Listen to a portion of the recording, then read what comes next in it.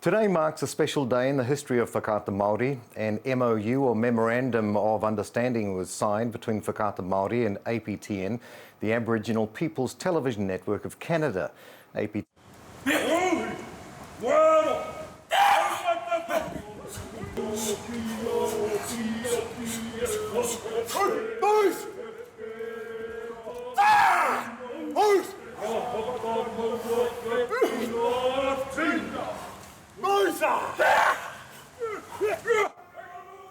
APTN shares news, entertainment and educational programming by, for and about Indigenous peoples to around 10 million households throughout North America.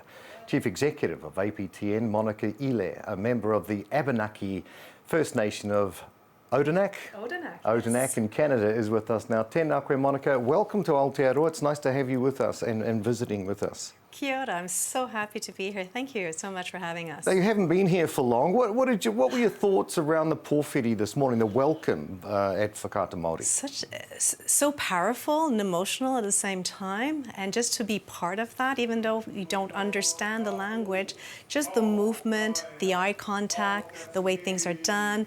There's a connection, right? We both have connection with the land and our surrounding, and that I felt it came through. And that's the big power around Indigenous, right? Yes. National Secondary School Kapahaka champions Hawani Waititi performed.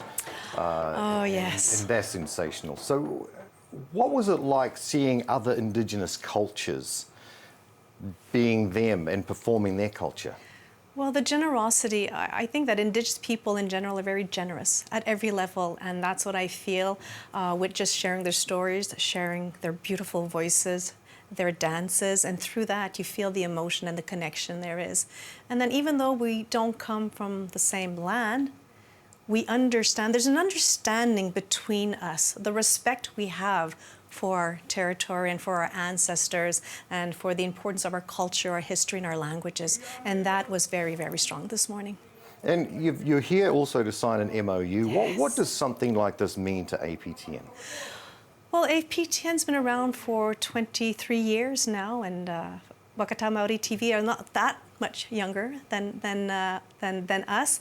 And I think it's important for us to work together. We already have a very good working relationship, but having a document which details the importance of collaborating, it's to ensure there's going to be a future. I think we need to work together and support one another to continue to thrive in our storytelling. And APTN launched in 1999, first national Indigenous broadcaster in the world. How has growth been since? What has it been like for you? What has the struggle been like since that growth, or since that launch? Yeah, I think it's not always easy. There's always a struggle, right? Indigenous stories are not always appreciated as they should be. People still have a perception that Indigenous stories are only for Indigenous peoples. No, a good story is a good story wherever it comes from.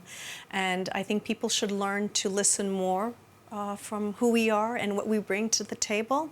And as an Indigenous-owned media, we're an expression of our identity. We play this very strong role in connecting. Yeah. And Canada is a big country. And as the National Indigenous Network, we build those bridges between the different communities as we talk about our language, our tradition, and it just helps to grow the feeling of partnership and collaboration and identity. And of course, we share the same struggles, right? Yes. With land, with colonisation and so forth.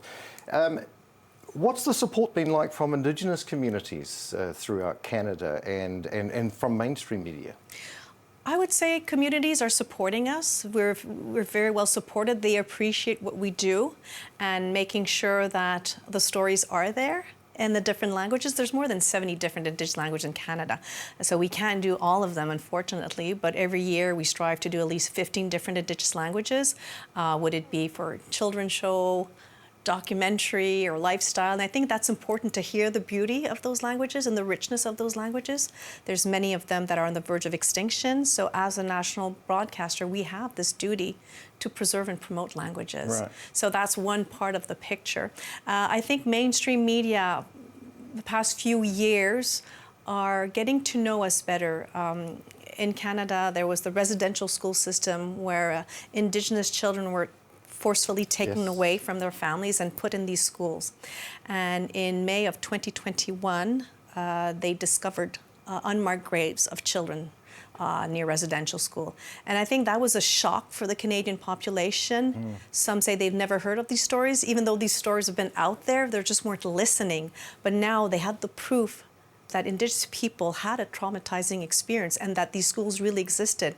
And I think that opened up wanting them to learn more about who are the Indigenous people and what are their stories. And we've seen that APTN, more traffic on our linear channel, on our streaming website.